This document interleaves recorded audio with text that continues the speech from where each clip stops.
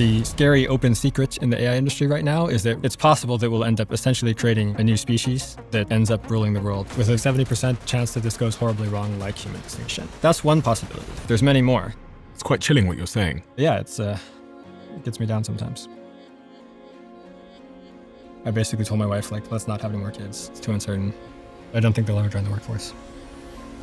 Everybody should be afraid that their jobs are going to be lost. And I know this because I went to OpenAI in 2022. What I did there was forecasting as to what the next couple of years might look like. And unfortunately, most of the world is kind of asleep at the wheel and doesn't really realize what's going on with AI. So I resigned. I read it somewhere that you lost $2 million for not signing an anti-disparagement clause, meaning you couldn't criticize the company. Yes, for reasons I'm happy to get into. But the main thing I've learned is when I go talk to people at Anthropic and OpenAI about forecasting, they're like, it's not going to take that long. You need to shorten them again. Get them back to 2027 or 2028 because these powerful CEOs, Ario or Sam or Elon, are racing each other to be in control of the most powerful AIs and are literally afraid that if the other guy gets there first, he might become dictator. I mean, Anthropic is on track to be the entire economy by 2030. But none of these people should be trusted with that much power. So this is the most important thing happening in our lifetimes, probably in all of history, in fact. And it's very important that it go well. So I think that there's a lot we can do to like steer things in a better direction. There's loads of benefits that we could get from AI if we do it right. And if we do solve the problems, then things could be absolutely amazing for everyone.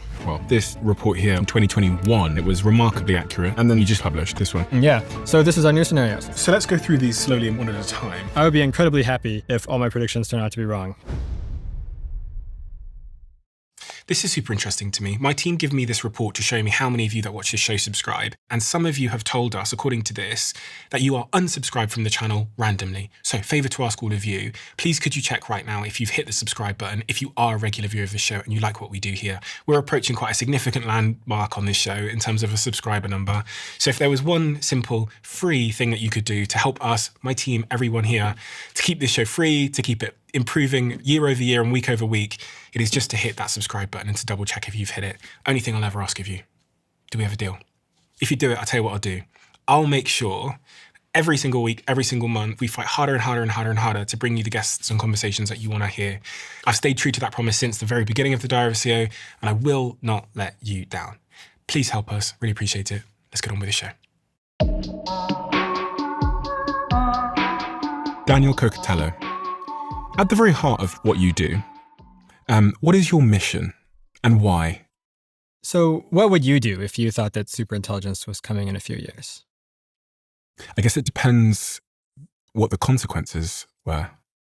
Well, let's talk about it. So superintelligence, AIs that are better than the best humans at everything while also being faster and cheaper, also able to operate robots that can do everything in the physical world that humans can do, but better, faster, and cheaper. If that really is coming in a few years, then we need to prepare and we need to think about how to make it go well instead of poorly.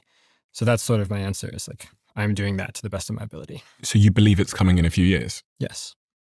How could you be so sure? I spend a lot of time trying to forecast this sort of thing. My sort of median estimate, 50% chance, is currently in 2029. Maybe it'll slip to 2028. It's possible that it'll take significantly longer, like maybe 10 years or something like that.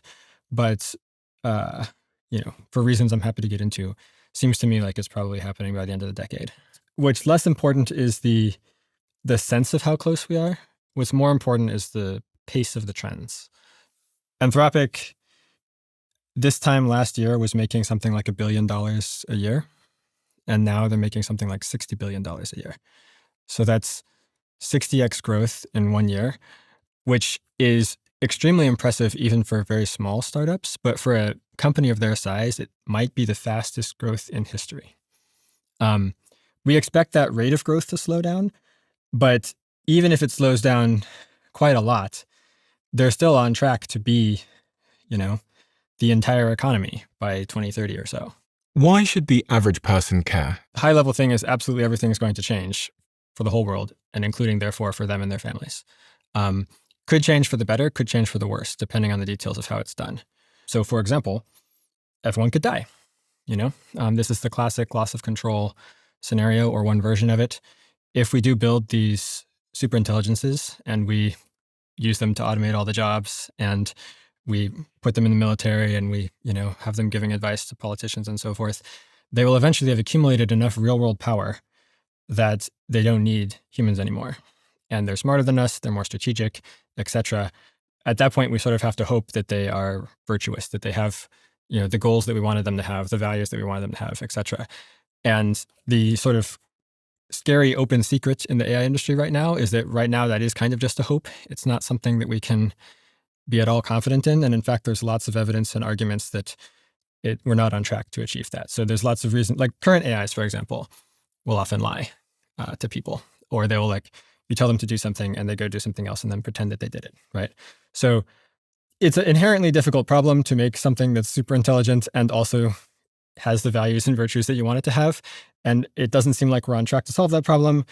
Also, it seems like the sort of problem that you could think you've solved when you haven't actually solved it, right? That's a big reason why this is scary.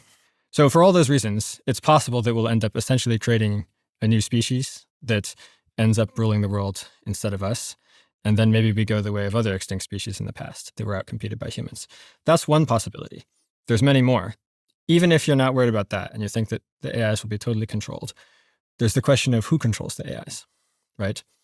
When there's a couple corporations that have made these superintelligences and are using them to automate all the jobs, well, that's a lot of power, That's a lot of money. It's a lot of political power. They'll have the best strategists, the best advisors, they'll think faster. Militarily, the countries that has these AIs will be able to absolutely wipe the floor with all the other countries. The AIs themselves, it's kind of a single point of failure, like central control system where, the CEO of Anthropic, Dario, he coined this phrase, the country of geniuses in the data center. That was his phrase to describe what they're trying to build, I think that's a little bit misleading. I think it would be more accurate to describe it as army of geniuses in the data center, because it's not like it's a bunch of diverse different AIs, living in their different parts of the data center. They're all copies of the same big model, and they're owned by the company. And so they all follow the orders given by the company, right? People should be asking questions of who controls this army or these armies and what are they going to be doing with them? I think that we could very easily end up in a sort of a situation where some tiny group of people are essentially oligarchs or dictators. And ironically, both of these risks, the loss of control and the concentration of power, are things that people in the industry have been thinking about for decades. Even before the AI industry existed, people thinking about AI were talking and writing about these things. And then part of the founding narrative or the founding myth of DeepMind and OpenAI and Anthropic is these problems are real. So we need to get there first so that we can handle it responsibly. Those are, I think, the big two reasons, but then I can go on. There's lots more reasons as well. So one thing is, World War III, geopolitical conflict. If AI does in fact get incredibly powerful, that's going to change the balance of power between nations. That's going to disrupt a lot of things. That puts us at increased risk of crisis more generally, right? Another one, what about those jobs? You're going to lose your taxi job, but not just the taxi driver, everybody, pretty much. There might be a few exceptions, like people whose jobs for legal reasons are only allowed to be done by humans. But for the most part, everybody should be afraid that their jobs are going to be lost, even if we manage to avoid all the other problems, right? This narrative has started to emerge, and I've had several interviews on this show where I've interviewed people who are very, very scared and anxious about AI. And these are people that have worked in the industry for sometimes decades. Yeah. The counter narrative coming over the hill is that this is doomerism, that these people are, for whatever reason, just trying to scare people and that they don't really understand what they're talking about. How do you respond to that sort of counter narrative? And you must have seen this emerging yourself, especially from people who stand to benefit, dare I say. Yeah, exactly. This counter narrative is fairly recent and it's been pushed by the people who stand to benefit from it. And it's not true. Like these concerns have been around for decades, since before the AI industry existed. They're actually pretty reasonable concerns. Like if you take the companies at their word and imagine that they are in fact going to build superintelligence, well, it raises a lot of questions, like who's going to control it? Will anybody control it? What about the jobs? These are just kind of obvious implications to be thinking about and worrying about. Who are you and what's your story? My name is Daniel Cocotello. I currently run the AI Futures Project, which is a small nonprofit that mostly focuses on forecasting the future of AI. Before that, I worked at OpenAI. AI forecasting? Yeah. So think about how industry analysts who work for hedge funds and stuff will make these forecasts of here's, how many cars Tesla will be selling 5 years from now, or here's what the price of electricity will be in 2 years, right? That's forecasting. I was doing that, but specifically focused on AI. The reason I was doing it is because it's incredibly important to see where this is all headed. Why did you go to OpenAI? What did you do there? What did you observe while you were there? And how did it change your perspective on the future of AI, but also, I guess, OpenAI as a company? And for anybody that doesn't know, OpenAI are the company that produced ChatGPT. Yeah, so I went to OpenAI in 2022. A large part of what I did there was more forecasting. AI 2027 is a scenario that you may have heard of. I did like smaller, lower effort versions of them internally for just internal circulation of like, here's some guesses as to what the next couple of years might look like. I also worked on evaluations for dangerous capabilities. So, trying to measure the AI's cyber abilities or persuasion abilities or situational awareness. And I also briefly was on a capabilities team doing reinforcement learning to create agents. AI is in fact getting a lot better, and I can say more about why. Scaling laws, deep neural nets, bigger, trained on more data, become more efficient, more competent at those things. I also became a bit more disillusioned with the AI industry. So OpenAI, Anthropic, and DeepMind all had these sort of founding narratives of like, yes, these risks are real, but we've thought about them and we're going to try to handle them responsibly. And that's why it's important for us to keep doing what we're doing. And I increasingly came to think that these were rationalizations to justify what they were doing rather than sort of like deeply guiding their actual behavior, and that when push comes to shove, they'll follow their incentives rather than do what's actually good. So you're inside OpenAI at the time, and you start to believe that they're following commercial incentives versus the, I guess, social or societal incentives that they founded themselves on. Sort of. I mean, I wouldn't actually describe it as commercial incentives. I think I would describe it as power-seeking incentives. So, like, it's true that the companies care a lot about making a lot of money, but especially at the very top of these companies, like the leaders, they understand that this is about more than just money. There are these emails that came up in the lawsuit between Musk and OpenAI. A bunch of emails were surfaced in that lawsuit, which you can go read. And in some of them, the founders of OpenAI were talking back in like 2017 about how the reason why we made OpenAI was because we were worried that Demis Hassabis at Google was going to become dictator with AGI. Even back then, this is obviously about more than just money. Like these powerful CEOs are literally afraid that if the other guy gets there first, he might become dictator. And they don't trust each other. And so that's why they are racing as hard as they can so that they're the ones who get there first, so to speak. Have you met Sam Altman? Yeah. And did that shape your opinion of his incentives or why he's doing what he's doing? Because there's a lot, speculated about what his incentives are. I mean, his most recent narrative says for the good of humanity. I think that's what. Yeah. I mean, I think the main thing I've learned is don't pay attention to the narratives. What they say to one person is just different from what they can say to some other person at the same time. And what they say in public is a third thing entirely. I think you should judge people by their actions, not by their words. And why are you no longer at OpenAI? Largely for the reason that I mentioned. So I became gradually disillusioned with how the company was going to behave. For example, when I first joined in 2022, at least the people I talked to, my colleagues at the company, there was this general sense of like, of course, we wouldn't actually just build super intelligence as soon as possible. Once we started getting really close, like once we started getting to AIs that could maybe automate the AI research process, we would pause and figure out how to make it safe. That's because we're the good guys, and that's obviously the safe thing you should do rather than just going full speed ahead. But we're worried about other people who might not pause, our competitors, Google, for example. And so that's why we need to be in the lead so that we have that room to do the safe stuff, right? That was sort of like a thing that seemed like maybe like the median position or something among the colleagues I talked to when I was there when I started, including people like Sam, including the leadership. And then by the time I left, I was like, oh man, they're really not going to do that, are they? Like they've sort of, partly because this has become more politicized and they've become bigger and been under more scrutiny, people have started asking like, why are you doing this in the first place if it's so risky? And so they've pivoted their narrative to being more like, actually, it's not that risky, And so, yeah, I mean, it seems like they're just going to keep going roughly as fast as they can and hope that they can figure it out on the way. How did your time at OpenAI come to an end? I resigned in 2024. I had a nice goodbye party. What were the reasons you gave for quitting OpenAI? I thought that we were rationalizing too much and that we needed to think more about what would actually be good for the world. I wanted more freedom to publish. So at OpenAI, as it became a bigger company, it became more of a normal tech company with incentives and, a PR department and things like that. And so it started becoming more difficult to publish the sort of research that I was doing. For example, those scenarios that I mentioned, couldn't publish those, right? They're just for internal use. I thought that was a shame because right now, most of the world is kind of asleep at the wheel and doesn't really realize what's going on with AI and doesn't really realize what's coming in the pipeline a couple of years from now. And the companies aren't really incentivized to tell people that much about it. I mean, they say some vague stuff in a sort of hypey way, but well, they didn't want me to publish the scenario, for example, laying out like, here's how things might actually look.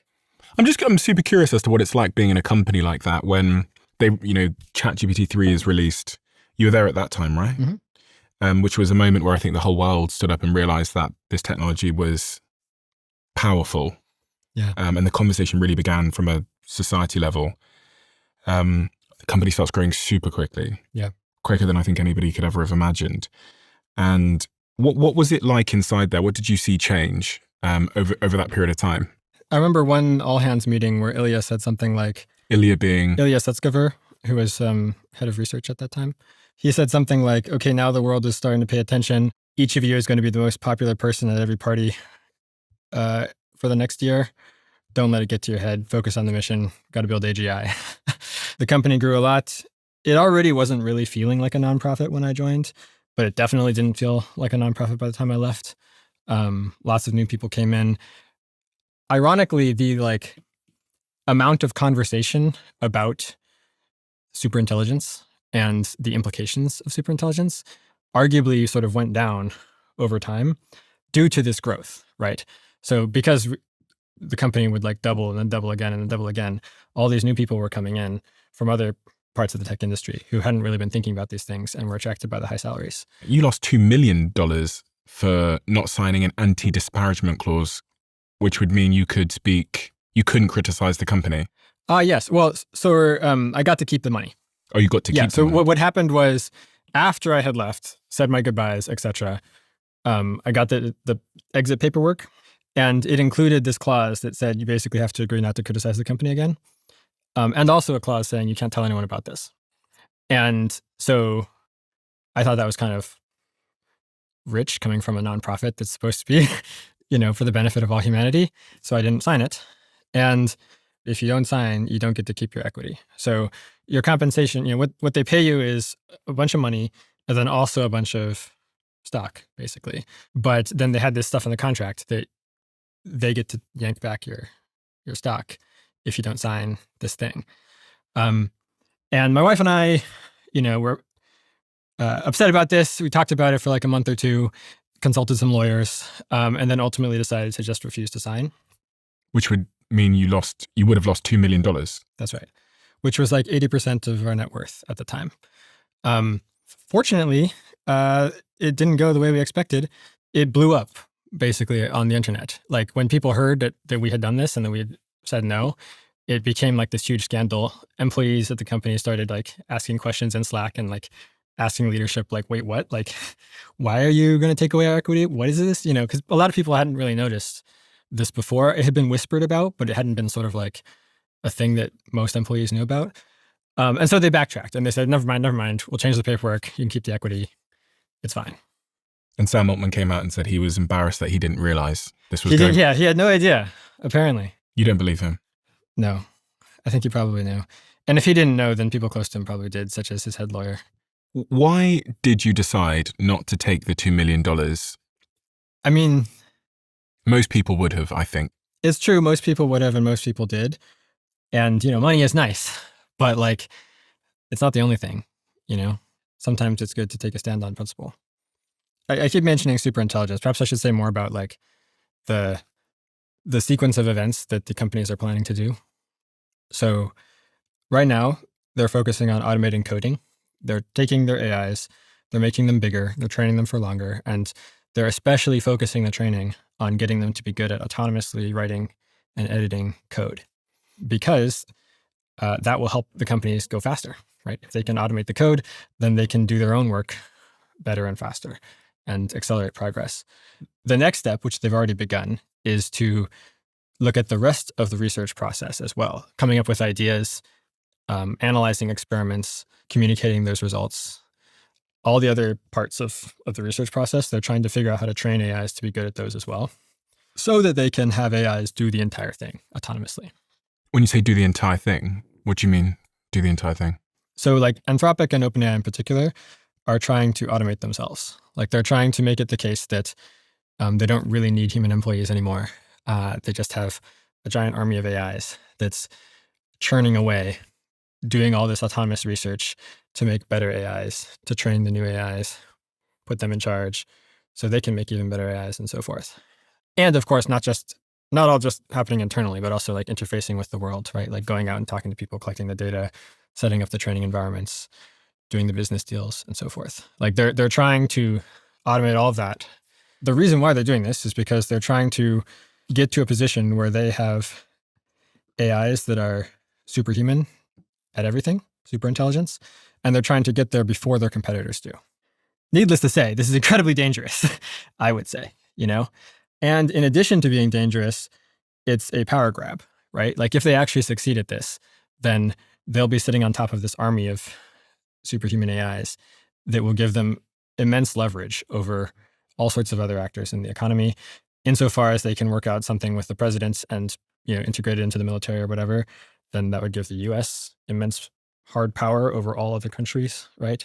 Obviously, nobody knows exactly when this is happening, but a very disquieting thing has happened over the last year to me, which is that when we published AI 2027, people were generally of the opinion that my timelines were too short and that like probably it would take more than 2027 until we got to this sort of events that I was just mentioning, recursive self-improvement, AIs automating the whole research process, super intelligence. These types of milestones, they happen in 2027 in AI 2027. Which is this research paper you published. That's right. It's a scenario forecast that sort of lays out like month by month a possible future trajectory. There was sort of like, at the time that we started writing, it was my best guess as to what would actually happen. Obviously, there's lots of uncertainty, but I thought it's valuable to make a concrete guess just to sort of see what it might look like. And at the time we were writing this, a lot of my friends in the AI industry and in nonprofits and so forth that work on AI, a lot of people were saying like, yeah, that stuff's going to happen, but like it'll probably take a couple years longer than you think. And now it's more 50-50, especially when I go talk to people at Anthropic and OpenAI. They're often like, yeah, no, 2027, that's basically what's going to happen.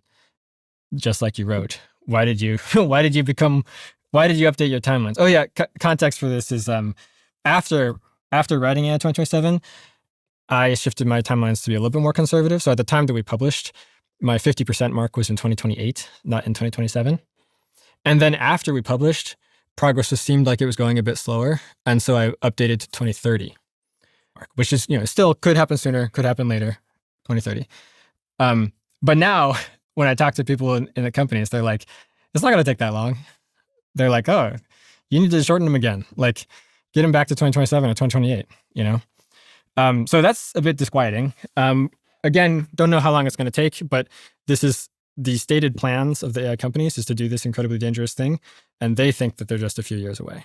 So you wrote this report here, What 2026 Looks Like. And you wrote this in 2021, and it was remarkably accurate, helped make a name for yourself amongst everybody in AI. And which one was it that JD Vance, the vice president, read? I think it was this one, wasn't it? Yeah, this one. Yeah. And then you published this one, AI 2027, and this was published, I believe, in 2025? Yes, that's right, April. Yeah. What were you forecasting in here? What are the key things that you said in here for people that haven't read it? The high-level version of it is they automate the coding, then they automate the rest of the research process, then the pace of progress accelerates dramatically. They get to superintelligence. They're working with the government, specifically the president, the executive branch, that naturally wants to control this technology and otherwise wants to use it to beat China and integrate it into military and so forth. By this point, it's sort of doing basically all the work itself. I mean, it's super intelligent. So it's coming up with all these great ideas for how to integrate itself into everything and all these new technologies it's invented and so forth. And because of the race dynamics and because of the profit motive, they end up deploying it everywhere. And it builds robot factories, they build more robots, they build more robot factories, etc. Transforms the world entirely. And then at some point it has enough power, it meaning the AIs, have enough power that they don't have to pretend to be aligned anymore, right? Then they stop listening to orders. That's the race ending of AI 2027. We also wrote a sort of different branch, which is the slowdown ending, which was intended to sort of illustrate the concentration of power issues that I mentioned previously. So what if hypothetically the alignment issues get sorted out sufficiently quickly? Like what if it turns out that like it's not too hard. With 2 months of slowdown, we can figure out how to make the AIs robustly do what we want and have the values that we want them to have.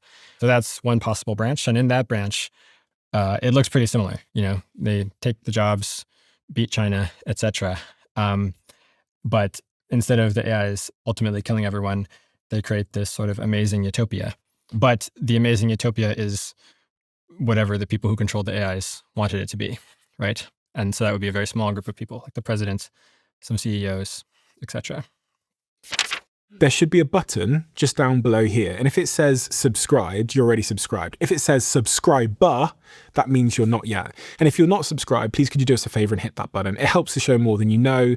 And according to the algorithm, you're someone that watches our show, but you haven't yet hit that button. Thank you so much. Is there any possibility, do you think, that we never get to this thing called AGI? And how do we distinguish AGI from this term superintelligence? What's the difference? Yeah, so the difference is that AGI is a more vague and weak term. Okay. So superintelligence is a bit more precisely defined. It's better than the best humans at everything, faster and cheaper. AGI is more like, it stands for artificial general intelligence, which means AIs that can do things in general rather than like some specific task. Yeah. And so arguably, we've already achieved AGI, right? If you use Claude Code or something like that, it's like it can do a lot of stuff. It's almost kind of like a little employee that you can like have go do stuff. So it is quite general. It's not maximally general though. It can't do everything. Whereas superintelligence by definition can do all the things that a human can do, but better. And how does this sort of overlap with robotics? Because obviously we're seeing this huge robotics boom at the moment. There are some real world things that humans can still do because these AIs are still stuck in my computer. The way that people talk about this is that they basically just say, we've achieved superintelligence for cognitive tasks. Then you can talk about like full superintelligence that can do the physical stuff. And are we going to get there? Are we going to get there with both? I think so. I mean, again, this is not something that we can be certain about. You asked, like, is it possible we'll never get there? Yes, it's possible we'll never get there. I don't think it's likely, though. I think that there's nothing sort of like magical about the human brain. It's, it's just a bunch of neurons. It is possible for a digital system to do similar functions in the same way that, like, a plane can fly just like a bird. Not in the same way as a bird, necessarily. Like, it's not flying in the same way that a bird flies, but it flies, Mm-hmm. So it does seem like, seems possible. You've written all these, these research reports. You're working on another one that will be released likely on the 9th of July. You have worked inside OpenAI. You then quit OpenAI because you were concerned about what was going on there and about the future of the industry. You know more than I do. Are you optimistic about the future or pessimistic? Are we heading to a bad place if things don't change based on everything that you know? I think we are headed to a bad place if things don't change. I'm not confident in that. I would say something like 70%. It's very, very hard to predict, of course. But yeah, it seems like the current default path is heading towards a very, very scary place. How do you contend with that personally and emotionally? It's rough. I mean, I think it's the sort of thing that like gets me down on a regular basis, but also I've been dealing with this for so many years now that I've sort of gotten used to it, if that makes sense. I'll put it this way. I would be incredibly happy if all my predictions turn out to be wrong and an AI hits the wall, for example. It gets you down on a regular basis. I used to be known as a pretty chipper and optimistic person, but in 2020, my AI timelines predictions started collapsing due to GPT-3 and the scaling laws papers and the bioanchors report, which I can talk about if you're interested. But basically, some events happened in 2020 that convinced me that actually this stuff was like quite plausibly coming by the end of the decade. And humanity is very obviously not ready for this, in a whole bunch of different ways. And so that's obviously very scary. And that's an extremely scary world because of all the things you've said. But again, because of this recursive self-improvement where AIs can train themselves. And at such point, we're starting to lose hold of what's going on here. I mean, the AIs are already training themselves, to be clear. It's more like closing the entire research loop, right? Okay, so doing everything. yeah, like right now, a lot of the training data is generated by AIs. A lot of the reinforcement, like the grading that happens, doling out of positive and negative reinforcement, is itself done by AIs. Can you explain that in layman's terms? Yeah, so an important thing for everybody to understand is that modern AI systems are not software in the normal sense. I mean, they are technically software, but they're not lines of code. It's not like some engineers at Anthropic went and wrote lines of code that basically says like, when the user asks for this type of thing, then go do this type of thing for this many steps or whatever. There's nothing like that. Instead, it's a neural net, What's that? Well, think about how the brain is a bunch of neurons connected to each other that are firing signals back and forth. The brain learns over time. The types of patterns of firing that caused success, that caused a dopamine rush or various other types of feedback, get reinforced and fire more often. And the types of patterns that caused failure, like touching a hot stove, get anti-reinforced, get, destroyed so that they fire less often. And as a result of all of that, you, over the course of years, learn to act in the world. And you learn all sorts of skills, and you learn world models. You learn like beliefs about the world, and you can sort of like mentally simulate how it's going and stuff like that.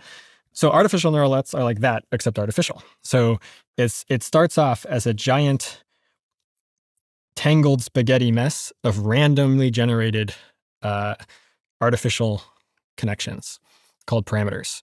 These days, they might be something like 10 trillion parameters in the biggest AIs. So it starts off randomly generated. So it's, of course, completely useless. Like if you give it some input, it'll just produce gibberish as an output. But then they train it.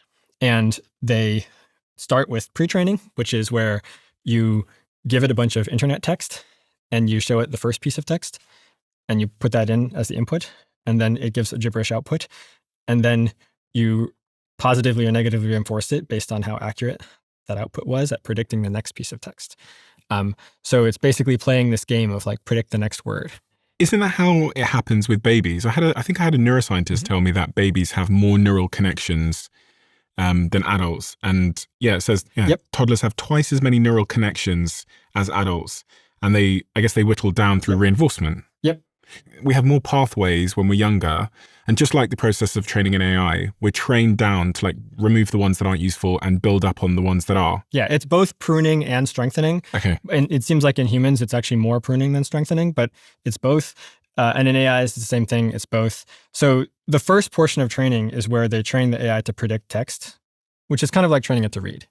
And a similar thing does happen in humans. So basically, the random tangle gradually takes shape and gradually sort of coalesces into more useful circuitry that has stored lots of facts about the world and has stored lots of skills for how to, process information and transform it and then produce predictions. That's just the first step. After they do the pre-training, then they try to teach it more useful skills besides just predicting text. And so, by the end of the process, they've thrown lots of coding problems at it. And they've said, like, here's a coding problem, go. Here's a coding problem. Here's an environment. You have access to this virtual computer. Here's like the code base you're working with. You can write code. You can edit the code. You can run the code. You can read it. You can use the internet. Go, go, go. And it does that for a while. And then based on how successful it is, reinforcement happens. And they have thousands, maybe millions of examples of coding problems like that they train it on. And that's why they're so good at coding now. So what does superintelligence look like in this regard? Is it just more of these connections? And how would they get more connections? Can you explain that to me like I'm 12? There's different AI models, right? So there's like GPT-3 and GPT-4, and GPT 4.5 and GPT-5 and GPT 5.5 and 5.6, right? Sometimes they're just the same previous model, but with extra training. Mm-hmm. Sometimes they're a whole new model that's been trained from scratch, including starting the whole pre-training process again. Over the last couple of years, they've done several new rounds of starting over from scratch. And typically when they start over from scratch, they make the whole thing bigger, the artificial brain much bigger. Okay. Right now, they're at something like 10 trillion parameters. Back in 2020, it was more like 175 billion. So we've grown like 2 orders of magnitude in 6 years. 2 orders of magnitude. Yeah, like 2 10x's, so 100x, right? Wow. So that process is continuing. They're also improving the algorithms themselves. So they're not literally just the same type of AI, but bigger. They've also come up with all sorts of ideas for how to change the structure of the connections in the neurons and so forth, and change the like reinforcement algorithms that they're using, and to change the training data that they're training on. All sorts of tweaks that have made this whole thing more efficient. We're literally building a brain. Basically, yeah. As they make more brains, they're getting better at making them bigger and making them more efficient and so forth. And it's literally modeled on the brain, like the way it works, right? It's certainly heavily inspired by the brain, but I shouldn't overstate the analogy. Like there's lots of differences too. So for example, the transformer architecture, which is the architecture that they use for these LLMs, is not really recurrent. So the information sort of flows one way rather than allowing all these sort of little loops on the inside. Also, the backpropagation algorithm is different from the sort of learning that naturally happens in the human brain. So there are some differences, but yes, like broadly speaking, we are sort of making artificial brains. It's kind of like for brains what like a plane is for a bird. Mm-hmm. Yeah, that's a really good analogy. Yeah. That analogy helped me think through a bunch of questions people often ask about AI when they said, can it be creative? But actually that analogy kind of helps me understand that actually that maybe that's not the question. It's, can it produce something that you would consider to be creative? Because creativity is, people think of it as like a process, but actually it's judged based on the output, isn't it? I mean, you can get philosophical about like, is it truly creativity that they have? But you can also be like, well, I mean, just look at all the stuff they're accomplishing, you know? And it seems like they're going to be accomplishing a lot more in the near future. Yeah, I do. I asked the question about how this weighs on you personally, because I can sense that you're actually personally bothered. I mean, I think the situation is crazy. Like, first of all, it's very exciting. Like AI is really fascinating and interesting stuff. I've been following the field for more than a decade now. I've been part of it for some years. And it's really cool, really interesting. And it's really fun to think about what's going on inside these artificial brains and why they are the way that they are. And it's really cool to see all the applications of this technology out in the world. But it really seems like we're on a pretty scary path. And the more you think about it, the more worried you get. And, you know, in stories, it always ends well, but this is real life. And I think we have to sort of stare reality in the face and tell it and realize that like it might not actually end well, you know? Were there any recent, dare I say, I was going to say eureka moments, but paradigm shifting moments where even your own sort of mental model of what's going on here and how this is going to look were changed for better or for worse? For better or for worse, and probably for worse, things are kind of on track for AI 2027. There are a few things that have been different, not exactly like paradigm shift differences, but like there have been some differences from what we expected at the time we wrote this. So the government has actually got involved faster than we expected and has been more aggressive than we expected. So the export controls on Mythos being the biggest example, and also threatening Anthropic with being destroyed by the Defense Production Act. Another thing that's been surprising to us is that Anthropic in particular has gone from second place to first place in the race, basically. Why do you think that happened? Because it seemed like ChatGPT were out front and clear as it relates to OpenAI were out front and clear, but suddenly Anthropic have lapped them. Yeah, I mean, I guess they have probably higher talent density and better strategy, but not by a lot, but enough to make the difference. Why do you think they have more talent? Well, they don't have more compute. Like, what are the inputs, right? Like, they're in the lead now. They used to be behind. What are the possible explanations for this? Well, it could have been that they had more resources, like more compute, more money. But that's not true. They have less resources and less money, right? So then I guess talent is the next best alternative. You could maybe say strategy. Focus. Some combination of those things, yeah. Something that wasn't just like the amount of resources they had. Just like John Jones, where marginal improvements in your cognitive performance can have a massive impact. Sometimes I podcast for 10 hours a day. Over the last couple of weeks, I've been in filming for a TV show, and then I have like 1 or 2 days off to get all of my work done, which means there's lots of cognitive load. And so I turn to ketones because I find myself more articulate, able to think more clearly, able to work out better when I'm fueled by ketones. And so The reason I became a co-owner of this company and the reason why they now are a sponsor of this podcast is because I remember one of my team members called Christiana, she tried it once and came up to my desk and she goes, "This is the best product ever made." And I think in part that's because she really cares about those cognitive benefits, as I do, as John Jones does, and as I think most of my listeners probably will. So if you haven't tried these yet, all you have to do is go to ketone.com/Stephen, and you'll also get 30% off your first subscription order. You'll get exclusive Ketone IQ merch, and of course, cognitive benefits that might just change your life. much of the reason most people haven't posted content or built their personal brand is because it's hard and it's time consuming and we're all very, very busy. And if you've never posted something before, there's so many factors in your psychology that stop you wanting to post. What people will think of you. Am I doing this right? Is the thing I'm saying absolutely stupid? All of these result in paralysis, which means you don't post and your feed goes bare. I'm an investor in a company called Stan Store, which you've probably heard me talk about. And what they've been building is this new tool called Stanley that uses AI, looks at your feed, looks at your tone of voice, looks at your history, looks at your best performing posts and tells you what you should post, makes those posts for you. You can also just use it for inspiration. And sometimes what we need when we're thinking about doing a post for our social media channels is inspiration. Building an audience has fundamentally changed my life, and I think it could change yours too. So I'm inviting you to give this new tool a shot and let me know what you think. All you have to do is search coach.stan.store now to get started. A friend of mine who knows some of these people sat me down once upon a time in London. He's actually said this a few times to me, but I remember one particular conversation where he says that some of these AI CEOs predict the probability of extinction at being, I think he said 7%. I don't know why I have that number in my head, but I remember it being less than 10%. And the point he was making to me was that even if it was 1%, like if there was 100 buttons on this table now, Yeah. and one of them would end the world, would I dare Would you be press slamming any of buttons? them? Yeah, no. You know, No.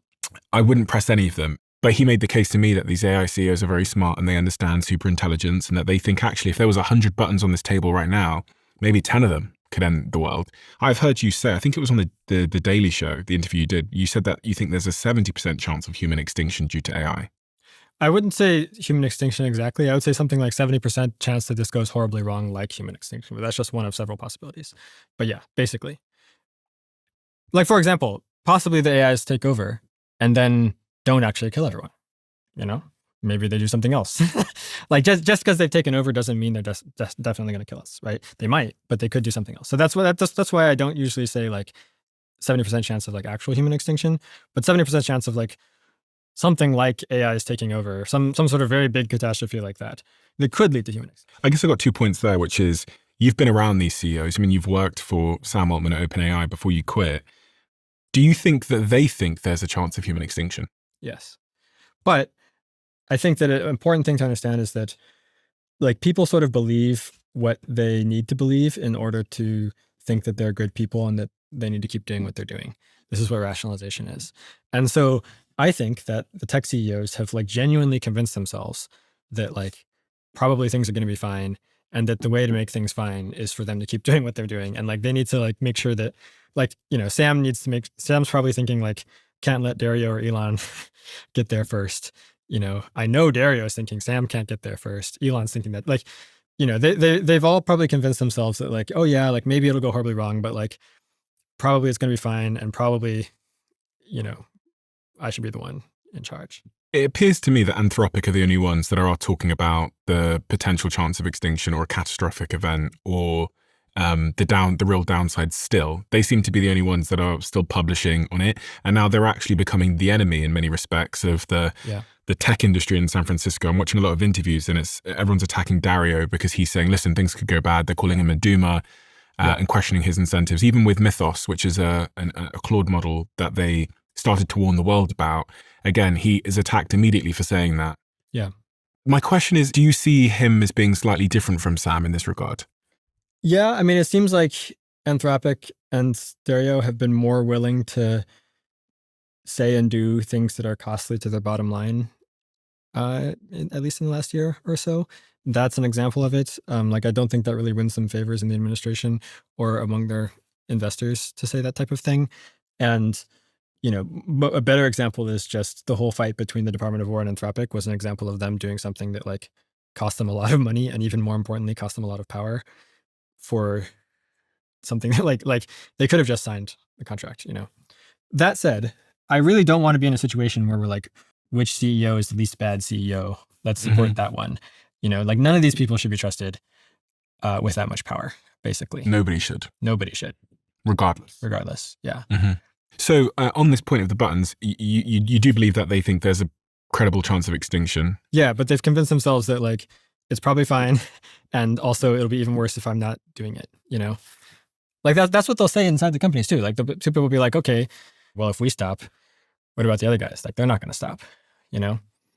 Yeah, this has always been why I've had this outstanding question, which is how does this not go bad when human incentives seem to rule the day when you look at history, and all of the human incentives are saying, well, if you're damned if you do, i.e. you're damned if you carry on developing these bigger and bigger and bigger AI brains, but you're also then damned if you don't from a geographical perspective, because the United States will lose to that country or this company will lose to that company. So when you just look at human incentives and goes, how does if just purely incentives and disincentives, how does this end? Well, it carries on going. Seems like it. I mean, there is a caveat to that, which is a hopeful caveat, which is that, first of all, if the world wakes up to all of this, then there can be a more serious conversation about regulation and international treaties and things like that. And that can change the incentives, right? So the government could come in and say, like, actually, here's some rules that you all have to follow. And because they're rules that you all have to follow, then you're not incentivized to like break them anymore because you get punished if you break them and everyone else is also following them too. And so, it's fine. So there is that sort of like ray of hope that like we can change the incentives if the government, and especially the US government, but then later other countries act to change the incentives. But that's not going to happen until people sort of wake up to all of this. The second thing is that even individually, at some point, Dario or Sam or Elon might realize that like, actually it's like not even in their own interest to keep racing unilaterally. And the problem with that is it's only if it gets extremely obvious and extremely dire. So like in AI 2027, in that scenario, there's this choice point that I mentioned. And in one case, the AIs are misaligned. In the other case, the AIs are aligned. At that choice point, we have like one branch that depicts the misalignment ending and one branch that depicts like they slow down a bit and solve the alignment issues.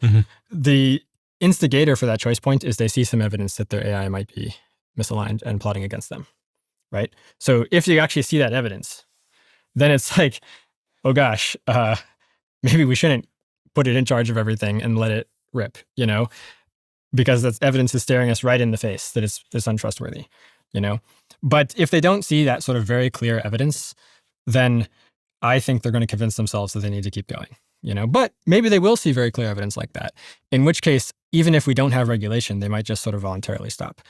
So that's the second ray of hope. Like overall, I don't think that we're like definitely doomed, Like I said, 70%, but like I could see it working out pretty well as well. What about jobs? Yeah. So I think I'm excited to at some point get into the new thing, which is the more optimistic, positive vision. And that will have a lot to say about this because in the prediction, in AI 2027, by the time everyone loses their jobs, there are worse things happening, or like it's kind of like too late by that point. But yes, like just think about it. If the companies do manage to build super intelligence, then by definition, they're going to be able to take almost all the jobs or all the jobs, right? Because it's better, faster, cheaper than the best humans at everything. And that, again, the timeline is by the end of sort of 2030, you think superintelligence might arrive. I'm trying to think about when we could start to see job displacement in the economy. We're already starting to see a little bit of it now, but not very much. Why? Because the AIs aren't good enough yet. Like they're impressive, but they're not just a drop-in replacement for a human worker in almost any field. And do you think that'll be sudden? I think it'll be sudden because of the intelligence explosion dynamics or recursive self-improvement dynamics. So you could imagine a different world where it's gradual. And this is maybe how it is in a lot of science fiction is, the AIs gradually get better at a bunch of things and, they gradually automate like this one industry like pharma, and then they automate like, steering drones, then they automate like driving cars or something like that. But what's different about the real world is that the companies have converged on this strategy of automating themselves first, automating the AI research process. And so if they're allowed to continue with this strategy, we're not going to see the robotaxis and like the plumber robots and, the lawyer AIs. We're not going to see that sort of like broad diffusion of AI into the economy happening first, because that's not what they're focusing on first. They're focusing on automating themselves, automating their own research so that they can do everything that they're doing faster. And they want that to sort of get going and get to, very high levels of intelligence, very high levels of general intelligence, and then deploy more out into the economy, right? So by the time it's actually coming for like all these different jobs, they will have had fully autonomous AI research happening for months, maybe years, And that means that like the AIs will be vastly superhuman at AI research and probably also vastly superhuman at lots of other things just as a side effect, If you're wondering what this looks like, well, we wrote about what it looks like. It's sort of like this wave smashing through the economy after they do the intelligence explosion internally. What I'm hearing there is that because the AI will be able to improve itself and train itself, it will be getting better at everything at once, and then it will be released at kind of once. Is that accurate? But it's not even exactly that, because even if it's mostly just getting better at the things that it's doing, like research, that'll have some spillover effects to other skills as well. And then when it turns to focusing on those other skills, it'll be able to do them very fast. What jobs remain in such a scenario, do you think? I think that's actually a political question, not a technical question. Because on a technical level, all the jobs can be done by the AIs if they've reached that level. And so it's a question of what jobs are allowed for them to do. And what kind of jobs wouldn't be allowed, do you think? That depends on who's in charge. So there'd be some sort of political conversation about like what we're going to allow and disallow. I mean, in this scenario, the humans are still controlling them, the AIs. Depends on what you mean by control, right? So do the AIs actually have the goals and values that you want them to have? And are they going to robustly do that and behave as intended into the future? And then there's like, are they obeying your orders for now? Are they obeying the orders is really what I'm saying. Yeah. So like, even in AI 24/7, in the scenario where the AIs take over and kill everyone, there's a period of like several years where they're still obeying orders and they're, taking some jobs, but not other jobs. And they're helping to make better weapons that the US government can use to like do its arms race with China and so forth. And that's why they're able to get so much power so quickly, is because the government and the corporations and so forth trust them and is deliberately deploying them into all of these positions because it thinks that things are fine. But because these things are neural nets, you can't just like look inside and see what it's really thinking. You can't really tell. I think this is a really important point, yeah. Because unlike software where we can look at the code and see what's going on theoretically, with AI, you're saying that we don't know why it's making the decisions that it's making because we can't get inside. One note of optimism is that it doesn't necessarily have to be that way. Like there's a subfield of machine learning called mechanistic interpretability and a broader subfield called interpretability more generally that's trying to solve that problem and trying to take these trained artificial neural nets and piece them apart and understand like how the information is flowing and how the decisions are being made, so to speak.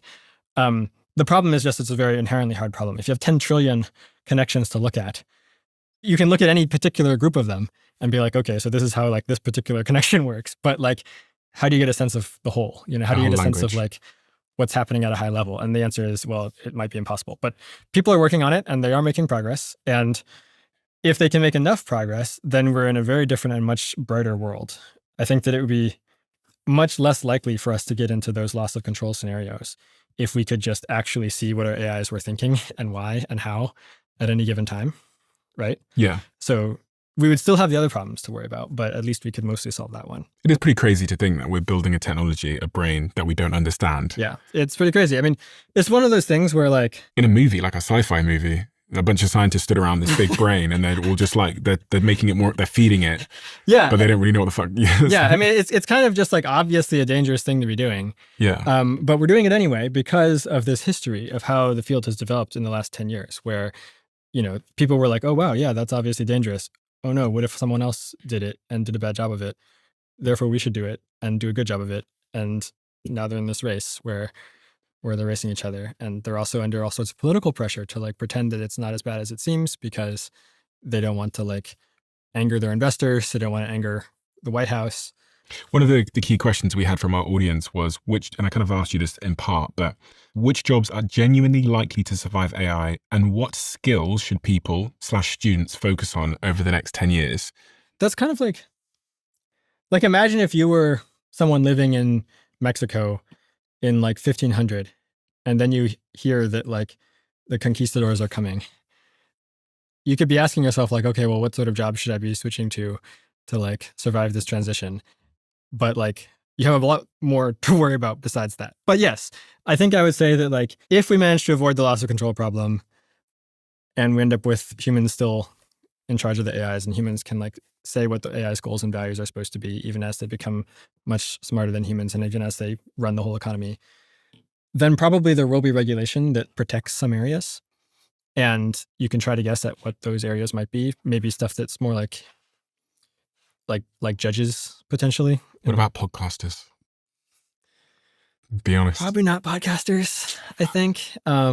Stuff like, being a nanny, maybe, right? Like, I think that even if there's a robot nanny that's like really, really good, I think a bunch of people might prefer to have an actual human because they might be creeped out by the idea of a really good robot nanny. So you can sort of reason like that. There's also like stuff that might be legally protected, like maybe judges, for example, like are going to be legally required to be humans and not robots. Some people say, though, there's going to be so many jobs created that we can't foresee right now, like there was in the Industrial Revolution or the internet boom or whatever. The problem with that is that past technological advancements have been more narrow. They've like automated some things, but not everything. But we are talking about a hypothetical future situation in which everything gets automated.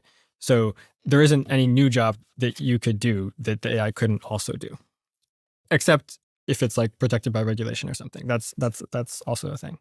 But so like, for example, right now there's this sort of like cycle where, the AIs learn to do a certain thing, like write copy or like draft code or like debug something. And then humans who used to do that thing switch to managing AIs or switch to doing the other stuff that the AIs can't do. And that's why there's been this dynamic historically of, new jobs opening up and people flooding to them. But if it gets to the point where the AIs can do everything that humans can do and better and faster and cheaper, then whatever that new job is that you might have switched to, like the AIs can switch to that too. And they'll already be better at it than you. Because we haven't seen widespread unemployment yet in the economy, do you think people are getting a little bit complacent? Because what I'm seeing on my timeline is a lot of people saying, I told you so. I told you everything would be fine. And when you look at the US unemployment rate, currently it's flat to slightly down. If you look at the UK, it is up. The trend is up compared to last year. We're at about 5% unemployment. The US is at 4.2% unemployment. Yeah.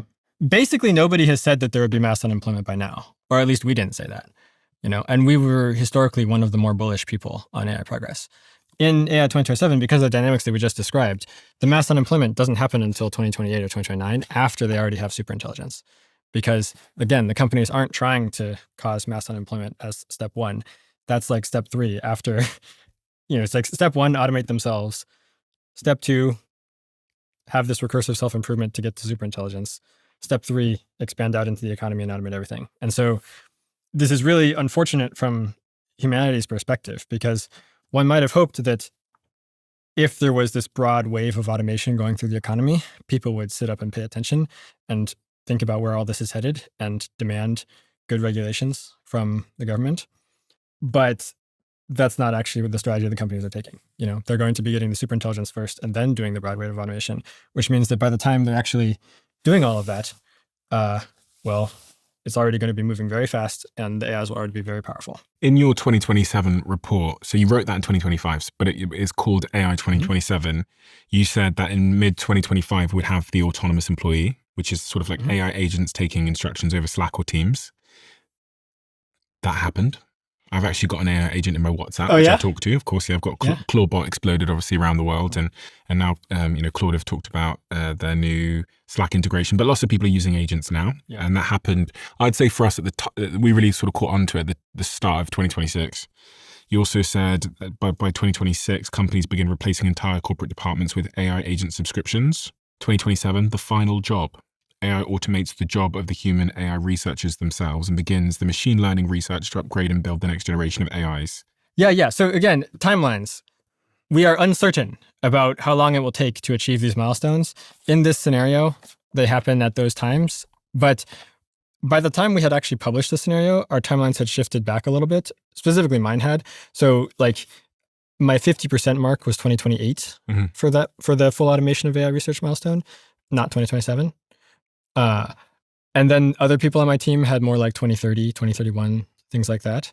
So I kind of want to like maybe try to illustrate this with, we have like this probability distribution. It's like a smeared out probability mass. And like the 50% mark is this particular year, but there's like a lot of possibility that it happens Later. years earlier or before. years later, right? Got you. What is this AI 2040? So AI 2027 was a best guess prediction as to how things would actually go. Yeah. AI 2040 Plan A is our recommendation for how things should go. So we called it AI 2040 because in this scenario, they build superintelligence in 2040 instead of much sooner because they delay things Why do they delay things? to manage the risks and make sure that power is distributed equitably.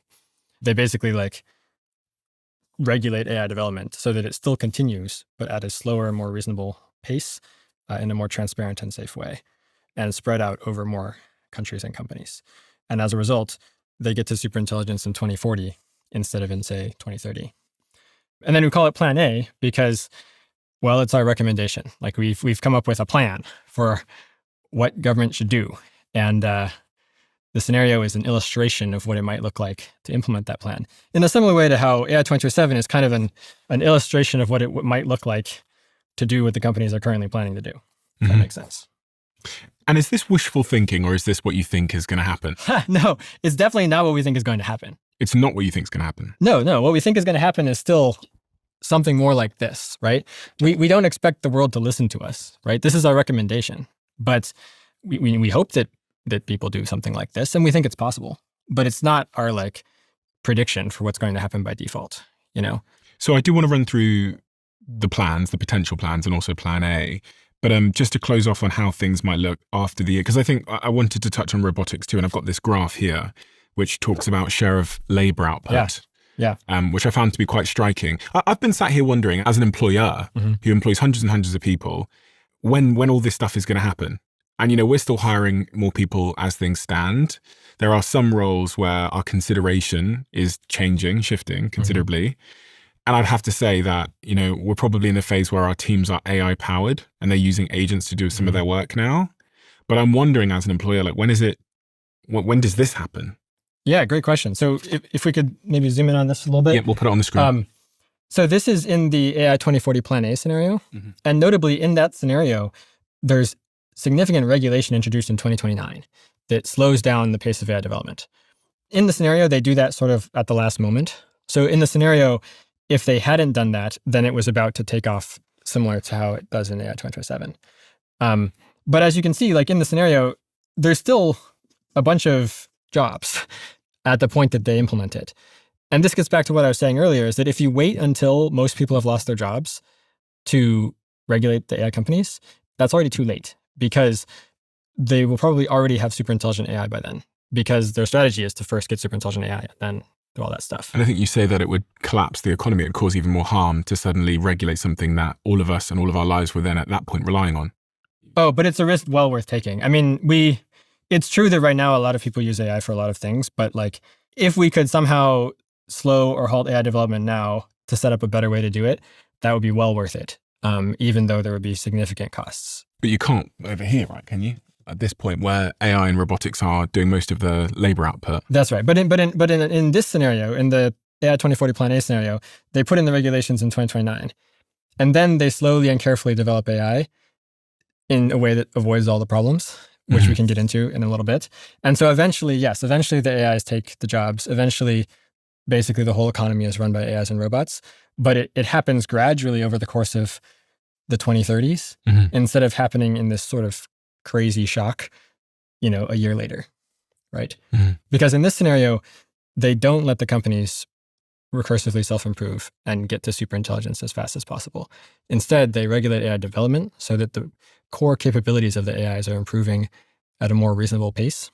and also in a more transparent way so that the scientific community can see what's going on and help make it safe. But it's, I guess I noticed here that in both your scenarios, eventually AI and robotics do pretty much all the jobs. Yes. So you kind of side there with Elon when Elon says that working will be a choice. Because, I mean, we're going to have Yes. I mean, if it, by definition, if it can do all the things, then it can do all the things. I think that there's a question of like, should we allow there to be AIs that can do all the things, right? Some people think that the answer is no, and we should just shut it all down and prevent these types of AIs from being created in the first place. And we're actually kind of sympathetic to that. We have our, should we bring up the plans diagram? Yeah. Thanks. Yeah. So our scenario is called AI 2040 Plan A. It's a scenario in which they slow down AI development to make superintelligence happen in 2040 instead of earlier. And Plan A is our recommendation. So this is sort of illustrating our recommendation. But for comparison, we made like mini scenarios illustrating different alternative plans, which we call Plan S, Plan B, Plan C, and Plan D. Plan D is basically the same thing that happens in AI 2027. Like the race continues. There's very little regulation. You can read about that in AI 2027. Plan C, also very similar to what happens in the slowdown ending of AI 2027, where they solve the alignment problems. So in that ending, they like slow down a little bit, pivot more resources to AI alignment and AI safety research, get lucky and succeed. And now they have aligned AIs. And then they speed up again and take all the jobs and beat China and all those things. Plan B is, it's kind of like Plan C in that, well, basically in Plan B, you're being more aggressive towards China and you're like taking actions to sabotage or cyber attack them to like keep them behind so that you have more breathing room to solve the alignment problems yourself. Plan A is our recommendation. It's domestic regulation and then an international deal to continue building AI, but in a much better way. Plan S is shut it all down. If you want to have a future where there aren't AIs running around that can do everything better and faster than humans, you kind of want something like Plan S. What do you want? Plan A is our recommendation. I think that I'm sympathetic to Plan S, but for reasons we explain, we recommend Plan A instead. And what do you think is most probable, if you're being honest? Plan D. Which is that they Which just is the carry on AI going. 2027 type of thing, where they keep racing. They don't really slow down significantly. And things happen extremely fast. The diagram sort of explains like roughly the reasoning behind this too. So like there's this high level thing of like, do you want to keep racing as fast as possible to make the AI smarter and smarter, to put them in charge of more things so that we can beat China? You know, if you're happy with that, then you can get down into this variation of op-ends here. If you are worried about that, well, you get to something like this. There's more different options besides these, but this is kind of like the ones that we could compress onto a screen. Do you have children? Yeah, I have 2 children. It's kind of sad. Like, I think that one way or another, this will probably all be over by the time they're old enough to join the workforce. So I don't think they'll ever join the workforce. When you say this will be all over by the time they join the work, what do you mean by this will be all over? So these milestones that I described, like AI is automating the AI research, AI is getting super intelligent, AI is then exploding out into the economy, taking the jobs, building robot factories to build more robots, to build more factories, etc. GDP starting to go vertical. That sort of thing is what I mean. Like all of those events transpiring. Maybe there's like, 10, 20% chance or something that hits a wall and none of this comes to pass, even if you don't do anything. How old's your oldest? 6. 6. Boy, girl? Girl. Girl. So your daughter comes to you and says, Dad, what shall I study in school? I mean, again, like if these radical transformations happen, then the world would just look completely different. And what sort of jobs you set yourself up for basically won't matter that much, probably. I would say that the thing to do is, well, A, try to make it actually go well. Like if you can exert any influence at all on history and how this all develops, you should be trying very hard to steer the future in better directions. And then separately from that, on a personal level, you should focus on, well, being a good person and doing things that are sort of good for their own sake, rather than good because they'll set you up for later employment because that later employment is going to be very uncertain, basically. Elon talks about this age of abundance we're heading towards. Age of abundance. There'll definitely be abundance. The question is, who controls the abundance and what do they do with it, right? Are the AIs controlled by anyone or are they doing their own thing? And then if they are controlled by people, who controls them and what do they do? And what's the sort of like political structure governing how they make those decisions? I think it was Geoffrey Hinton that said to me, he said, there's no example in nature where a more intelligent species has less control than a less intelligent species, thus saying that we're quite arrogant to think that in a world where there's this artificial brain that's a gazillion times the size of mine, that I'm going to give it orders. Yeah. I mean, that's the thing is I think it's like, that should be our default assumption is that like, well, there's these brains. We can't see exactly what they're thinking. We're going to make them smarter than us and put them in charge of everything. And then we're going to give them bodies. Yeah. And then they're going to be autonomously building new factories and so forth. And like, how is this supposed to end well again? Like, isn't this just exactly like us picking a new species that's then going to outcompete us when it doesn't need us anymore? Like, I think that is just the default trajectory. Now, there's a whole argument we can get into about like ways that we could get off of that default trajectory. So for example, there's research into interpretability that I described previously. And if that research bears fruit, then you will be able to actually see what they're thinking. And then that would be an excellent tool for shaping them and controlling them and making sure that they do what we want, right? There's other sorts of AI alignment research agendas that are making progress. And if enough of those agendas succeed sufficiently, we can avoid this problem. Of course, also there's the regulatory side too, where like part of what makes this difficult is that we're building these AIs in race conditions, you know?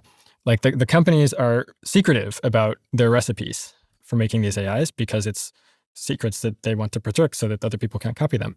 And so a lot of it is happening, you know, behind closed doors. Only a few people can really see the recipes that they're using to train these AIs and so forth. And then oftentimes when the AIs behave in unexpected ways or even just like blatantly misaligned ways, sometimes that information doesn't really flow out to the public because the companies are not really incentivized to tell everyone about how they messed up and how their AI is evil. It's just not very conducive to scientific progress on these issues.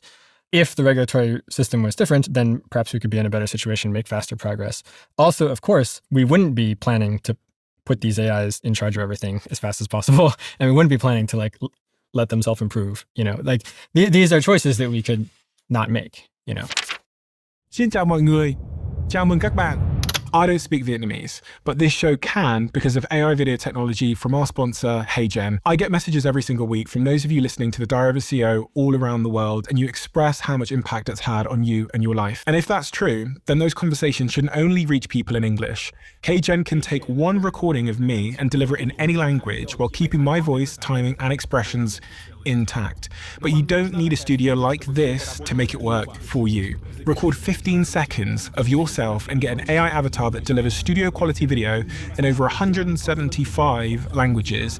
We're up to 20 languages now, and we're not the only ones using it. HeyGen is already used by 30 million people, including 85% of the Fortune 100. Whether you're building an audience on social media, launching an online course, or rolling out training across your team, check out HeyGen now. Your first 3 videos are totally free at heygen.com/DOAC. That's HEYGEN.com/DOAC. See you there. Ilya was, as you said, he was one of the leaders at OpenAI, and he left and he started his own company now, Safe Superintelligence. Very curious name of a company, Safe Superintelligence, after leaving OpenAI. Yeah. Did you ever get to work with him? I wasn't directly working with him. I had a couple chats with him. Do you think he's genuinely concerned as well? I think he is, but I think he's similar to these other CEOs where, I mean, just think about the sort of incentives that they're under, right? Like they can sort of see the problem and then they can be like, okay, but like if I quit my job or do something else, that's not going to solve the problem because the other CEOs are going to keep going. And even if all of us didn't go, then maybe China would keep going. So like, man, it seems like this is just going to happen one way or another, whether I do anything about it or not. I guess I should be involved, you know, and like maybe I can make it go well. And at any rate, like I don't want to be out in the cold while these other people I don't trust are in charge of everything. So they all sort of like reason through all of this and then convince themselves that like the thing to do is for them to build it and to do it better. And I think Ilya is just the latest example of this. Elon's another example. Dario's another example. Arguably OpenAI at the beginning, Sam was an example, although like Elon and Dario were at OpenAI early on. So What do you think they should all do then? I think what should happen is some sort of international regulation, or at least domestic regulation, similar to what we described in Plan A. Okay, so walk me through Plan A. Yeah. So in this scenario, AI takes longer to get to recursive self-improvement and full automation of AI research than it does in AI 2027. We figured that we should try to illustrate like a range of different possibilities because we do have those sort of uncertainty intervals. So we chose 2030 as the moment when full automation would finally be achieved and things would really kick off. And then working backwards from that, when's the last moment you could really have good regulation? 2029. So in this scenario, AI progress slows down a little bit naturally, and the AI companies keep racing, but they don't quite succeed in automating themselves in 2027 or in 2028 or in 2029, but they're getting really close and they're going to do it in 2030. And then in 2029, the government steps in and regulates them. What regulations do they do? Well, they basically just shut it down temporarily. Can I ask, how does the elections overlay with your timeframes here? Because there's going to be a big election, isn't there, in 2028? Mhm. And it seems now that sentiment has really, really turned against AI in the general public, and that it will be one of the big ticket items on the ballot. We think that it'll be maybe the most important issue in the presidential election in 2028. I think a lot of people, most people will be quite concerned about where things are headed.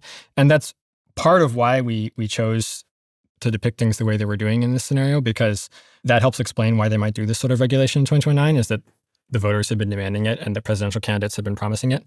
And in this scenario, and in 2027, would the general public have felt the consequences of AI much more severely than they have now by then? Yes.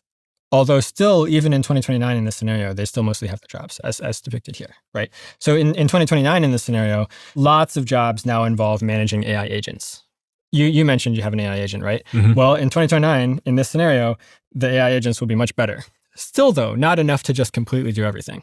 That was the sort of thing that would come in 2030 in this timeline. Again, we're uncertain about timelines.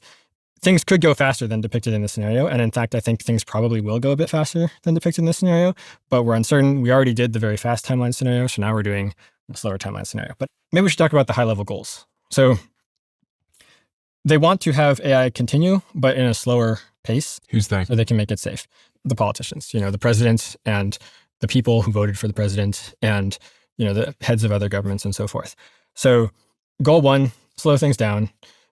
Goal 2, make it more transparent so that the scientific community can catch up to this stuff and make more progress. And also so that we don't have to take the company's word for it when they say that their systems are safe and when they say that they haven't, put in any biases into their systems, for example. That's a concentration of power issue.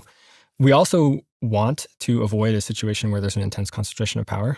So in addition to the transparency and the slowdown, we actually think it's actively good for there to be multiple AI companies across multiple different countries that have similar levels of very advanced AI capability, and for there to be like broad diffusion of AI into society rather than, a single mega project that has all the best AIs, for example. And the nice thing about that is you kind of get that by default if you do the first two things. Like if you slow it down and if you make it more transparent, then that means there's breathing room for other projects to sort of catch up, right? And the transparency just like literally helps them catch up because then they can like copy some of the ideas. And then I think the fourth thing would be reversibility. So in what follows in the scenario, we are going to be building up a lot of data centers, a lot of robots. We're going to be transforming the world at a sort of like slower pace, though still a very fast pace, but slower. And if things go wrong and the deal breaks down and everyone starts racing each other again to get to superintelligence as fast as possible, that would be very scary. And so the fourth principle is basically build the new data centers in such a way that if everything breaks down and everyone starts racing again, the newly built data centers get destroyed so that we're sort of back to square one again instead of in an even worse race where there's even more AIs and robots and compute everywhere. So I can sort of walk you through the timeline if you're interested. Sure. Or the president talks to China, talks to the leaders of a bunch of other countries and says, we're going to basically halt AI development until we can figure out a plan for how to do it in ways that achieve these goals. So they basically send inspectors to each other's data centers. Like Chinese inspectors come to US data centers, US inspectors go to Chinese data centers and verify that they are doing inference and not training. Developing new AIs, that involves training them. But just taking existing AIs and using them to serve customers, that's called inference. And so the sort of like solution they come up with here in this scenario is we'll allow them to keep doing inference, but not training for now until we can get the new training data center set up. So they retrofit the existing data centers to serve inference. People can still keep talking to their AI agents, but they're going to stop getting better and better for like 6 months to a year while they build the new data centers that are going to be the transparent data centers. And that's where the training is going to happen. Once they get those new data centers set up in 2030, then AI research continues. This is a bit spicy. We advocate for total research transparency, which means that on the training data centers that are training the new models, they basically have to publish everything, which means you get to see all the details of the recipes for training these models. You get to see the architectures, et cetera. We think that sort of open science is really important for solving the alignment problem fast enough, because you don't want to have to sort of biased companies making the decisions about whether the AIs are safe. And we also think it's important for just good regulations more generally, because right now, most of the expertise in the world on AI is sort of concentrated in Silicon Valley, and the governments in particular kind of don't really understand AI that well. Mm-hmm. And imagine an alternative. Instead of total research transparency, you had like an auditor system where the government says, here are some rules for how to make the AI safe. And then we're going to have like an agency that like goes into the companies and asks them questions and tries to make sure that they're following the rules. That creates this sort of adversarial dynamic where the company is incentivized to like fool the regulator, you know, and also if they discover some new problem that's not even on the government's radar, they may be incentivized to like not tell the government about it, right? So if you have the total transparency, it helps the government make better decisions faster. But it kills their competitive advantage. Yes. Dropbox not going to like this. You know, OpenAI is not going to like this. This would be probably bad for the valuations. I don't think it would kill them completely, but it means that it would commoditize more, right? So it means that there'd be like a bunch of AI companies that would catch up to the frontier. They would train AIs that are like roughly similar, roughly equivalent. They could still make money by doing that and then selling their AIs, but they wouldn't have a monopoly. They wouldn't have anything close to monopoly, which I think is good for humanity, although it's bad for the bottom line of those particular companies. Notably, it's good for the bottom line of lots of other companies. Like if you're a company that's behind and you're not Anthropic, you're not OpenAI, then you would love this because this helps you catch up, you know, or this helps you to like capture more of the value from the chips you're selling, for example, or from the like downstream product that you're making. And by 2031, then you have 1/5 of all cognitive labor done by AI. Yeah. So what's happening here is that we're imagining that the government of the United States and the government of these other countries that are involved in this agreement that are sort of implementing similar regulations, they don't have to be exactly the same. But that's another thing that's nice about the transparency is that if you have this sort of transparency, then if two governments are implementing different regulations, like if one of them is like telling their companies to go slower or like banning more stuff than the other one is, they can both see like, oh, you're letting them do that sort of thing and you're not, like maybe we should let them do this too, you know? So it helps to sort of naturally equalize the regulations to some extent without having there to be a central power that just gets to make regulations for everybody. Mm-hmm. So anyhow, we're imagining that when they get this transparency set up, they basically agreed to ban the dangerous stuff to allow the not so dangerous stuff. And there's a constant ongoing conversation about like, well, what's dangerous and what's not? What should we ban? What should we allow? What about this country? What about that country? That conversation evolves over time. But the gist of it is, at least if they do it the way that we recommend it, is that they don't do an intelligence explosion. They don't let the AIs, you know, autonomously self-improve. Instead, they slowly and carefully scale up the AIs that they currently have and invest lots into finding ways to make them more interpretable, to make them more easy to control, to understand better how they work and so forth. The result is that AI progress continues, but it's not quite as fast. And it's much, much, much safer and more transparent. But still through these, you know, we see job disruption. It is continuing because they are building more data centers, right? Like this whole time, they're building more and more data centers, more and more chips, and they're continuing to like make there be a larger and larger population of AIs, so to speak. And that causes this huge transformation over the course of the 2030s. Sort of a big thing that we sort of want people to take away is that even if you heavily restrict AI progress, you still get this sort of crazy transformation. You know, in this scenario, they basically allow progress to continue, but at a slower, more safe pace here in 2030. And then as a result, it takes until 2035 to get to top expert level AI. So remember, they were on track to do that in 2030, but then sort of at the last moment they stopped. But because it was sort of so close to the last moment, that means that like they can sort of get there pretty soon if they want to, and it's just a matter of like how long they allow it to go, right? So they sort of slow it down, spread it out, leisurely arrive at this level after 5 years. By this point, they've built up massive amounts of data centers everywhere. So it's not just that the AIs are smarter and able to do all the things that humans can do, but also there's a lot more of them. And there's a lot of robots and so forth. So by this point, you kind of have the economy that a lot of people would have imagined with AGI, where there's AIs, there's lots of them, they're able to do all sorts of jobs. There's robots, there's lots of them, they're able to do all sorts of physical work. And basically the economy is being run by these machines.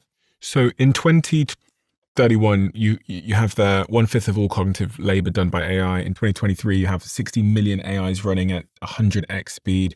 In 2033, there's cash dividends to all Americans. I've got to explain this to me. Yeah. So if the AIs are going to be taking people's jobs, then it's very important that people not starve to death and still have money. And if companies are going to be using AIs and robots to take all these jobs, then that means that there needs to be some sort of taxation scheme or something to like make sure that people still have a slice of that pie. The pie is going to grow huge, but you still need to actually give people a slice of the pie. And our proposal for how to do that, we call it the citizens dividend. Basically, people have shares in a agency that sells permits to the robot companies and to the compute companies and makes profit from selling those permits. And then people have shares in that entity. It starts off small. It starts off something like $25,000 per person. And then by the end, it's something like $10 million per citizen. Per person? Per person per year. Factoring in inflation? Like, yes, what do you mean? Factoring in inflation. So we're all going to be multimillionaires? Yes. If this happens, which it probably won't. But if it happens, this is where it will go. And again, this is the thing I want to emphasize is that if you get to the point where your AIs are close to being able to do all the research, and then you sort of pause and slow down, that means that like you still have a lot of transformation ahead of you. Because if you allow those AIs to like still proceed slowly and like start to automate various jobs and so forth, after some years, they will in fact have done that. And they will have, built huge amounts of new data centers, huge amounts of new chip fabs, huge amounts of new robots, robot factories, et cetera.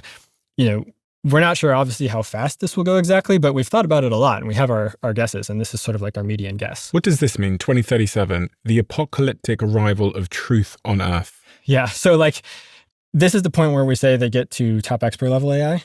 So it's not super intelligence in the sense that it's not like vastly smarter than humans at things because they deliberately pause it at the level of top experts. So here they're going slow. Here they've just actually stopped. But they've stopped at a point where the AIs are just actually really good at everything. So they've definitely got AGI. Maybe they got like weak superintelligence. Because they have so many of these AIs and because they think faster than humans, they just run much faster, that's going to transform society dramatically. So we talk about some of the ways in which it transforms society. Like this is sort of life after work. We talk about what it would be like to be living on your citizens dividend and not have a job anymore in this sort of world. Here we talk about all the scientific changes and all the social changes that would come from all of the intellectual progress and activity that would be generated by all of these AIs. So, for example, here is things like cancer cures and like, people living in apartments that were built by robots 2 years ago. 2036.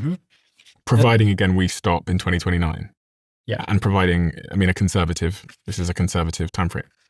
Yeah, like, unfortunately, I actually think that things will happen faster than this by default, and that if we don't slow down, things will happen much faster than this. Once you get to the point where you've got, 1 billion AIs running day and night, and they're each better than the best humans at everything, and so they're doing a lot of science, they're doing a lot of talking to each other, they're doing a lot of thinking, everyone's constantly talking to their AI assistants and so forth.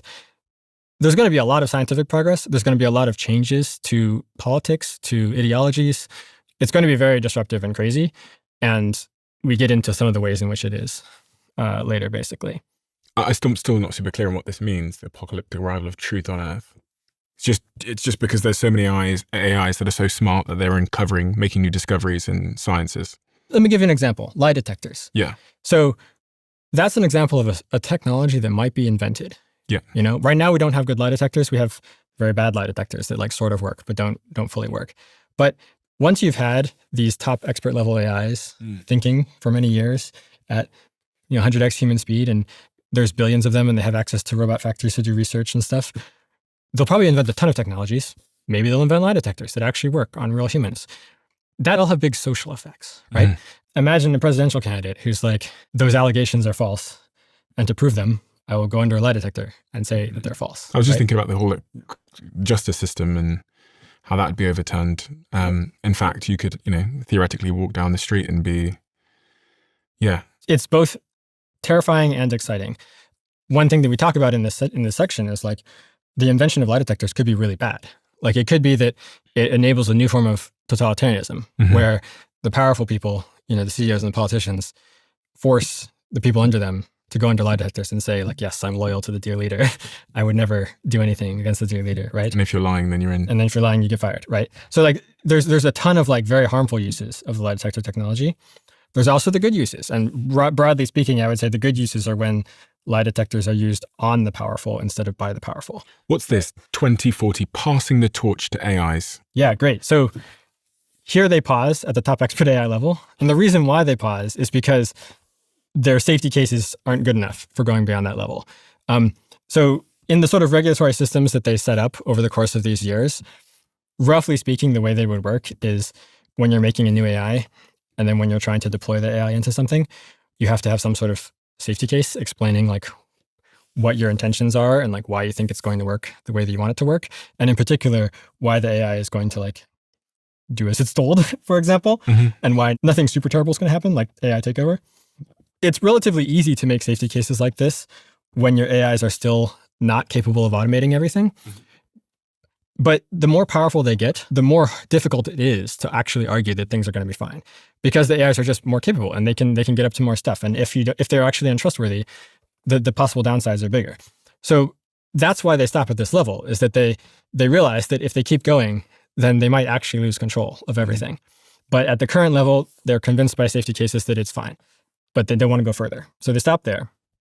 And then what happens in 2040 is they've made significant progress scientifically, including on alignment. And they've figured out how to make AIs that are actually aligned in a robust way. With humans. Yeah. So they can actually trust those AIs and they can allow them to become much smarter again. So that's why we call the whole thing AI 2040. Because in 2040, they sort of let off the brakes and allow the AIs to become significantly smarter than humans. I guess, this is a plan and this is a hope. Yes. But in reality, this is not what you think probabilistically if you had to. That's right. It's important to distinguish like, this is what we recommend, this is what we want to happen, from like, this is what we actually think will happen by default. Now, we do think it's possible for this to happen, but that will require a lot of people to sort of wake up and pay more attention and advocate for something like this to happen. So our main scenario is mostly talking about the policy choices made and the broad scale effects on society. We figured it would also be nice to accompany this with a little mini scenario that describes what it would actually feel like to live through this from an ordinary person's perspective. Okay. 2029, everyone's yelling at each other. The presidents are negotiating something and they've paused AI, but you still have access to the existing AIs. So it doesn't really feel that different, although it definitely is like something exciting happening. 2031, they've started progress again. The AIs are really smart. More people have lost their jobs. It's like really starting to actually affect things, but I think still most people have their jobs, but their jobs are sort of transformed. So like by 2031, it's like most white collar jobs involve working with AIs to a large extent or managing teams of AIs or collaborating with them somehow. And also, there are some things like robo-taxis that are basically just working. Citizens dividend, ideally this would happen sooner. Like in our scenario, they kind of do things at the last minute, So like a lot of these policy things are like happening kind of like just in time. Obviously, we would recommend that you do them sooner and do a better job of them too. But so 2033, you start getting your checks from your dividend. So you're forecasting that there will be a citizen's check. Your model says it could be around 25,000 at the start per person. And then it would grow as the economy grows. But also as like as job displacement takes hold, they're going to need to grow that check and make sure you can. And that's why it's kind of the last possible moment, because if you waited to implement this until like 2037, then like everyone would have already lost their jobs by the time that happens, right? People losing their jobs, especially if it happens quickly, like we see on this sort of graph here, is going to cause lots of problems in terms of civil unrest, social unrest, purpose, mental health, these kinds of things, theoretically. Yes. How do you think about that? it's going to be rough, and hopefully we can navigate that well. We think that at a high level, people need to have money, and also people need to have power. And I think these are like somewhat different things. It's like, why are jobs important? Well, there's a lot of reasons why jobs are important, but I think the main ones are, well, it's how people get money so they can survive and get the things that they want by buying the things that they want. So if people are going to be losing their jobs, you need some other way of people getting money. And then there's also the power thing, which is that right now people have political power in part due to their economic power. People can threaten to go on strike, for example, or, countries that are ruled by dictators can't just completely, genocide an entire subpopulation, or they can, but like it's costly for them to do so because then they'll have less money because that subpopulation is contributing to their economy and contributing tax revenue and so forth. But if you end up in a world where actually nobody's contributing tax revenue except for the AI companies and the robot companies, then you, the government, are less incentivized to care about what, the common people think. So when people lose their jobs, they're not just threatened with loss of income, they're also threatened with loss of political power. And so we think that it's important to like do things to push against that. What does that look like? How do people have power in such a world? Well, in democracies, at least, they still have votes. Okay. So I think that it's very important for there to be regulations on the use of AI that help make the public discourse more sane and more actually giving the people what is in their interest and what they want, and avoiding a sort of opposite outcome where, the masses are easily manipulated by AI-powered media, for example, or where everyone's talking all day to their AI advisors, and the AI advisors are like subtly steering them away from voting for the candidate that would not be what the AI companies want, because the AI companies have this other candidate that they like better, and they're like secretly biasing their AIs to like steer people towards voting for that candidate, right? So we want to be in a situation where people have AIs that are actually trustworthy and that are truth-seeking AIs, honest AIs, and that don't have any sort of like political agendas put into them by the AI companies or by the government. You want to avoid a situation where the AI company, where the government has issued some sort of secret order that like the AIs have to be such and such a way. The Department of War dispute versus Anthropic is like an interesting sort of foreshadowing of this, right? Where Anthropic was giving their AIs to the Department of War. The Department of War wanted to use them for certain things and was upset that Anthropic's AIs were like not supposed to be used for those things. The things in particular were domestic surveillance and autonomous robots. Mm-hmm. There's going to be a lot more issues like that coming up, and you want it to be the case that like people know what they're getting, and that if people are like spending hours a day talking to their chatbot, that chatbot doesn't have political biases put into it or a secret agenda or things like that, and instead has been trained to like give honest, true answers to things. And I think if you can do that, it can improve the discourse and help people to use their votes to put even better regulations and even better politicians in place and so forth. And you can sort of potentially bootstrap this to having something where people's power is even more secure than it is today. A lot of this stuff we've covered in part. So, the wars and drones and missiles, we're already seeing this around the world at the moment, which is really, really interesting. And we've talked about robots outnumbering humans as well, which is part of this prediction. Some of the ones down here I found to be really curious, which is people will be protected by AIs wherever they go. Yeah. In this scenario, they delay the creation of superintelligence until 2040. And in fact, they pause from 2035, but then they let it go after that. And then they let the AIs become vastly superintelligent. And we think that once the AIs are vastly superintelligent, the world will transform even more radically than what happens in the 2030s in this scenario. So in the 2030s in this scenario, it's more like human level. The AIs are not, they're doing the same sorts of things that human experts would have done. They're just doing it a bit better, a bit faster, and a lot cheaper. And there's a lot more of them. And the robots are still, doing the same sorts of things that human workers would have done. There's just more of them and they're cheaper. And because of exponential growth, you start with a world that looks not that different from today in 2029. And then by 2039, you end in a world that's radically transformed, where everyone's living in these like fancy new apartments that were built by robots 2 years ago. There's like giant special economic zones that are full of robots and solar panels and factories producing more robots and solar panels and factories and so forth. Most of the economy is AIs and robots, and people don't have jobs anymore. That sort of transformation is what you get if you pause at human level. But if you go beyond the superintelligence, there's a whole nother transformation coming that's going to look more like magic. Think about how the technology of today would look like magic to someone from 500 years ago, you know? And that's without even like a qualitative improvement in intelligence, right? Like the humans of today aren't like qualitatively smarter than the humans from 500 years ago. It's just that we've had more time to do research and we have more like money and resources to build, you know, prototypes and experiments and run experiments and so forth. But if you had a point where there were billions and billions of AIs that were not only faster than humans, but like qualitatively way, way, way better at everything, and in particular at doing scientific research, we should expect that some of the things that they develop will seem like magic to us and will just completely like, we did not think that was even possible. You know, people don't want to die. People don't want to be hit by cars. People don't want to be like attacked by a random mass murderer. Cancer's gone.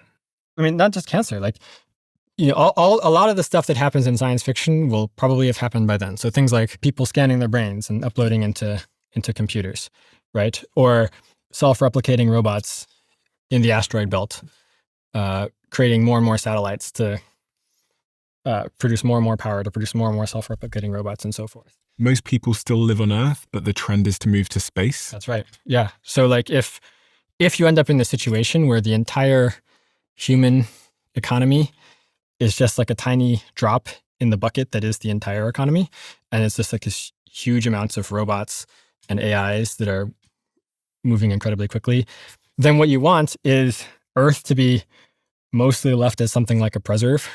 You know, I think a lot of people are worried about the environment being destroyed, which it totally would be if it wasn't protected. And, you know, there's a lot of people who sort of like their lives as it is and don't want to be uploaded or live in some crazy new future thing. And it seems to us like the reasonable solution to these issues is create new living spaces off the planet with some of that vast economic wealth and activity that's happening for the people who want that sort of thing. And then that way the Earth can be preserved. Picture here of data centers in the ocean. I mean, there's 3 images there of different environments where humans might live. Again, like our proposal was you preserve like 99% of the Earth, mostly as is, as historic or environmental reasons. But then like some parts of it you designate as special economic zones where the robots can go crazy and dig giant pit mines and produce factories and so forth. We were thinking it would be good to build the data centers on the ocean instead of on land for a variety of reasons, although later space would be better, and we could see that being reasonable as well. What about immortality in a world of AI? 30, 45, you say you've lived a dozen lifetimes and are immortal, passing from life to life as if by reincarnation. I mean, there's a lot of billionaires at the moment that are focused on longevity. I mean, Brian Johnson's said he's got this central rule, which is do not die right now, because we're in the age of AI. And it's conceivable that with superintelligence, we'll be able to choose when we die. Yep. I think that's probably right. We don't depict that happening in this part because at this part, they only have, you know, human level AIs. But that's one of those things that seems quite plausible that superintelligence could achieve through a variety of means. What is your hope with all of this stuff? And why did you do this? Why did you make this 2040 plan, Abe? In the first week after we published AI 2027, it blew up a lot bigger than we expected, by the way. Like we actually made forecasts beforehand of like how many views it would get and stuff like that. And it was like 90th percentile outcome. So like very much not what we expected. But in like the Twitter storm that happened, various people were like, why are you giving us all this like doom and gloom predictions? Like, how about a more positive vision of like what you think we should do instead? And I think that seed sort of like implanted in us. And then we were like, yeah, that's reasonable. Like we've sort of depicted what we think the default path looks like and why we think it's pretty scary.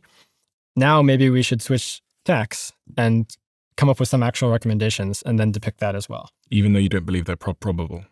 Yeah. I mean, you can vote for a political candidate even if you aren't confident that they're going to win, you know? And you can say like, here's what I think we should do, even if you think that people are probably not going to do it.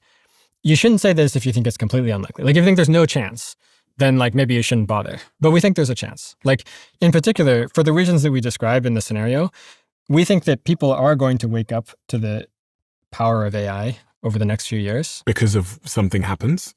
The companies are saying that they're going to do this, and they are kind of on track. And it just sort of makes sense that like if they get anywhere close to this level of AI, then there's like big issues and big problems, and like we need to like do something about this. And so I think that even if there's not any like very dramatic warning shot or something, I think that just naturally people are going to start paying more attention to this and reasoning through the implications and trying to predict what's going to happen. And so naturally people are going to be more interested in regulation of AI, for example. And in fact, there's actually like there's actually more of this happening than we predicted. More of what happening? Serious interest in AI regulation. So at the time that we published AI 2027, the sort of like mainstream position of the tech companies and in the government was kind of like AI regulation, bad idea. Free for all. Free for all. Yeah. In fact, there was even an attempt to preemptively ban states from regulating AI. Yeah. You remember that? Now it seems like the conversation has changed a lot. Like now the US government just told Anthropic they have to shut down their AI because they were worried that bad actors would use it for cyber attacks. You know, the government is like waking up and doing more stuff than we expected already. And we're actually hopeful that that trend will just continue and that before it's actually too late, there will be very serious conversations happening inside the government and outside the government and in the broader society about all of these issues and trying to chart a course that is avoids the loss of control and concentration of power risks that we mentioned. You've spent what must be almost coming up to 15 years thinking about this stuff. If this here was a button, and if you press that button, your plan S would occur, and it would shut down every data center that is currently training a frontier AI model for good. There would never be any other AI labs working on these problems. Would you press that button? I was about to slam it until you said for good. Oh, okay. Like I think if it was a sort of temporary shutdown, I would totally slam that button because we are not ready to do this. You know, like civilization is not ready to have these companies automate themselves and then get smarter and smarter and then have the super intelligent. Like, no, there's a bunch of reasons why that's really dangerous. But I would be at least hesitant to press this button if it permanently foreclosed the possibility of ever doing it again, for sure. But if you think that plan D is probable, which is this race we're on to superintelligence. If I had a choice between D and S, I think I would press it. Well, it comes down to what you think, right? Because if you think that is what's going to happen, plan D, and the only alternative. I didn't say this is what's going to happen.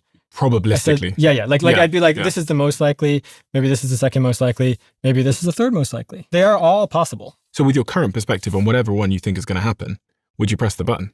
I'm giving you an S, a definite S, or whatever you think is going to happen. That's tough.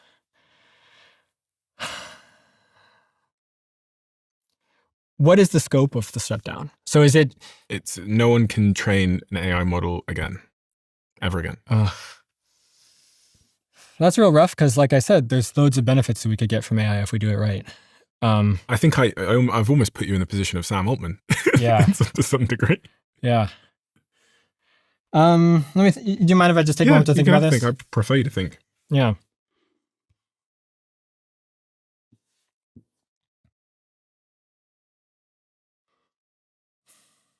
I think I would not press the button, but I feel very torn about it.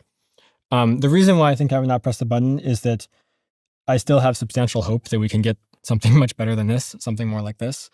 And I think that if we don't build powerful AI systems eventually, then we're probably going to die as a civilization eventually, you know, like 100 years from now, 200 years from now, something like that, like nuclear war, pandemic, something, you know. I don't think human civilization right now is like super, super stable.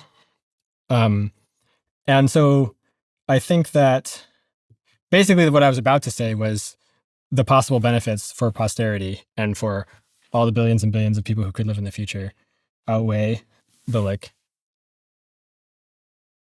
current level of risk. But actually, I've heard that narrative before. Yeah, I don't know. Like, yeah, like maybe it's just like, nope, the people right now are the people we should prioritize.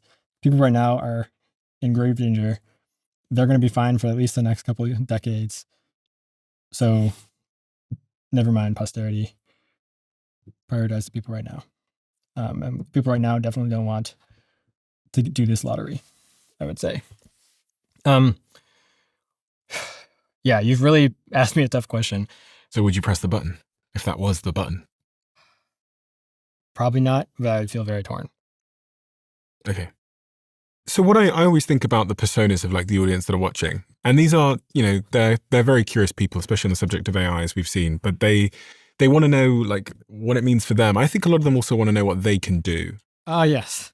Yeah, what can people do? Well, I think that if you either have talent or passion, you can get directly involved.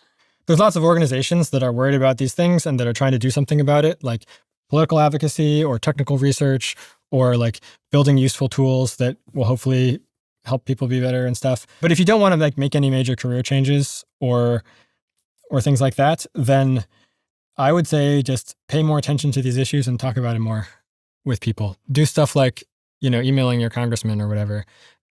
It doesn't change things that much, but it does help. I think that especially for this particular issue, the core problem is that people aren't taking it seriously yet. Like if the sorts of things that I was just saying to you for the last hour or two were just like top of everybody's mind, we wouldn't even be here. Like there would already be much more significant regulation in place, you know? And not only would there be more heavy regulation in place, but there would have been better regulation in place that's less, you know, less like a cudgel and more like a scalpel. And that's like more sensitive to what's actually bad and what's not so bad and so forth. And there'd be more expert people in the government and advising the government and so forth. So just in general, like the more people wake up to these concerns and to these projections, I think the more likely it is that we can do good stuff before it's too late. What about how they should vote at the polls? We've got an election coming up in the United States in a couple of years' time, but there's elections happening all over the world all the time. You should ask your candidates what they think about all this AI stuff. You should try to get them to like have opinions, and then you should vote for the candidates whose opinions are better on this topic. This is the most important thing happening in our lifetimes, probably in all of history, in fact. And it's very important that it go well. And so it's what all the leaders of all the countries should be thinking about and making plans for. Isn't it such a weird thing to be alive at this moment in time? Like I was thinking about all the times that I could have been born, and I guess my ancestors probably thought the same, but I was thinking as you were speaking, I was like, I think it's when you referred to it as like the final show. Yeah. What was the phraseology you used? I said the is the run up to the climax or something. Yeah. I mean, what a crazy thing to be born in the run up to the climax where everything you're describing here is within my lifetime, conceivably, hopefully. Yeah. Or maybe not, hopefully. What a crazy time to be alive. Certainly. I noticed that when I asked you if you had kids, your demeanor changed quite considerably. Well, it's like you dropped into a different state. Obviously, that's been central to the rumination that you've been experiencing. Well, it's a sad topic, right? Like when I had kids, like the reason to have kids is in large part about the future, you know? Like it's not just like a cuddly thing to have with you in the moment. It's because you have all these hopes and dreams about how they'll grow up and how they'll go do their own thing and be their own person and stuff. And because of what's happening with AI, I think a lot of those dreams are in jeopardy. Presumably you still would have had kids. I've actually flip-flopped on this Really? Occasionally. Yeah. Basically, the top line answer is I'm not sure. My first child we had her when we were in 2019. She was born in 2019. Yeah. So this is before my timeline shortened a lot. So at this point, I was interested in AI. I was tracking the field. I was making forecasts, but I didn't like actually expect it to happen soon. You know. Mm-hmm.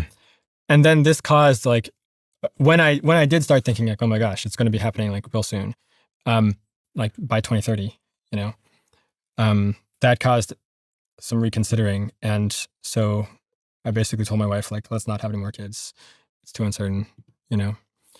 But that turned out to be really hard because, especially for my wife, like we already had one kid and like no siblings. So eventually I sort of gave in and was like, okay, well, you know what? We already have one.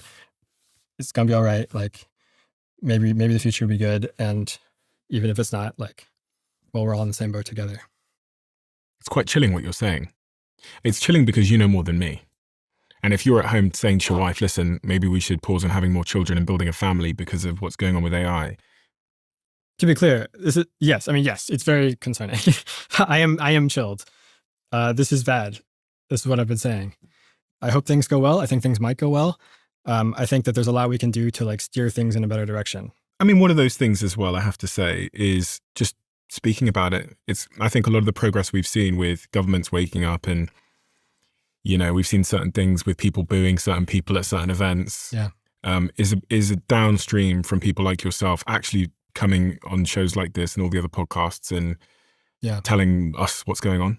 Yeah. Because else to be fair, we're going to be gaslighted by the people that have the biggest PR machines. Yeah. So I think it's probably worth me saying, I find myself kind of in two minds because I'm an entrepreneur and I'm an investor. I'm an investor in probably more than 100 companies now. And so many of those companies are using AI. I invested in Grok, the inference chip company. I've invested in SpaceX, which now own another Grok, and they're doing AI. I use AI every day in my life. I've been using it through this conversation to understand different things that you've said. So that's one side of me, which is like business builder, entrepreneur, who has seen the benefits of AI in my own life. And then there's the other side of me. And it's funny because I think sometimes people think you have to pick a camp. But through all of my life, even when I was a social media CEO and I was saying, by the way, listen, I'm building a social media business, but I think there's some downsides to social media. I find myself at the same moment where I'm like, I build with AI, I have AI investments. And at the same time, as a civilian, I'm like... Yeah. I mean, I think that is a tension. I think that there's different ways you can draw the line. So, and I know lots of people who draw the line in lots of different ways. So like, there's some people who just like, I'm not going to use AI. I think this stuff is bad and on a bad trajectory. So I'm going to like boycott AI, right? I'm not one of those people. I use AI a lot. We all do at AI Futures Project. It's helpful for a lot of our work. The opposite end of the spectrum is people being like, well, it seems like it's on a trajectory to happen. So the thing to do to make it go well is to like get involved and accumulate power and try to like steer it from the inside. Mm-hmm. And so I'm going to go work at OpenAI or Anthropic and like try to like climb the ranks and then like, be someone who matters when the important decisions are being made. And I know loads of people like that. That was like what I was doing when I was, that wasn't what I was doing exactly, but like, that was the path. I mean, this, in some sense, this is what the whole narrative of the companies are, right? Like, this is why they tell themselves it's okay to do what they're doing, is that they're worried about the other guys, And so like all these people are deciding like, we're going to like lean really hard into it. We're going to like be there in the room when the important decisions are being made, So there's a whole spectrum, and I'm sort of like somewhere in the middle. Like, I'm not at the AI companies. I'm not helping them go faster. Instead, I'm talking to the broad public and trying to advocate for what I think is my current best guess as to the way out, the way forward. But I'm not like boycotting all the AIs. I'm not like, I'm not refusing to like engage with it in that way. Do you think it's too late? No, I don't think it's too late. If I thought it was too late, I wouldn't be here. Where would you be? With my family. What's your closing message to the general public, if you had to have a closing statement to them? Maybe I would say that like, you're going to hear a lot of things, and you already have been hearing a lot of things about AI, and it's going to sound like science fiction. But sometimes things which sound like science fiction happen in reality. And in fact, many times, historically, things that used to be science fiction have then become reality. And people need to stop thinking about what does or doesn't sound like science fiction and just start thinking about like the trends and, the actual trends that this technology is on, and reading and forecasting how it's going to go, and then taking seriously the possibility that it could go something like this, and then thinking about what should be done about that. And where would you direct them to get more information? You can go to AI247.com to read our previous scenario. You can go to AI2040.com, Plan A, to read our new proposal for what is to be done. These things are not just a sci-fi story. They also have lots of like explainers and links to other things. And so they're kind of like a nice jumping off point to learn about all of this stuff. If you want, I could, after this is over, like give a reading list of like other papers and articles and Please do. Blogs to follow and so forth. And I'll link them all below in the comment section. So if you're listening now, go ahead and take a look at the description of this episode, and you'll see a bunch of links, which is Daniel's recommendations of what you should read. I think it's just a really, really great moment in time to get educated on this stuff.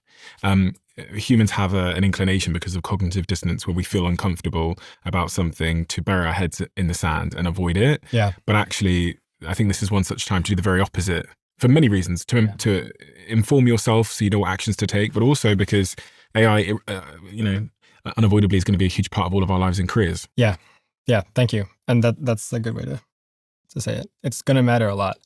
It's going to be everywhere soon, and we need to do something about it before it's too late. And what about AI Future Project? That's our organization. We spent a year writing AI 2027 after I left OpenAI, and then we spent another year writing AI 2040 Plan A. Daniel, thank you. Thank you. Thank you for all the work that you do. I can see how much you care about this stuff, and it's your care. It's funny, care itself makes others feel care. And seeing how personal this is for you and seeing how much you've dedicated your life to this, but also hearing that you basically walked away from $2 million to be able to speak to the public about this information is incredibly admirable. And I think voices like yours are more important now than they've ever been on this subject. So please do keep fighting the fight that you're fighting. And that's one of information. It is of honesty, and it is of saying what is often the quiet part out loud. Thank you. Doing really, really smart research. I'll link everything we've discussed today below, and I hope we can chat again sometime soon. Thank you. YouTube have this new crazy algorithm where they know exactly what video you would like to watch next based on AI and all of your viewing behavior. And the algorithm says that this video is the perfect video for you. It's different for everybody looking right now. Check this video out, and I bet you might love it.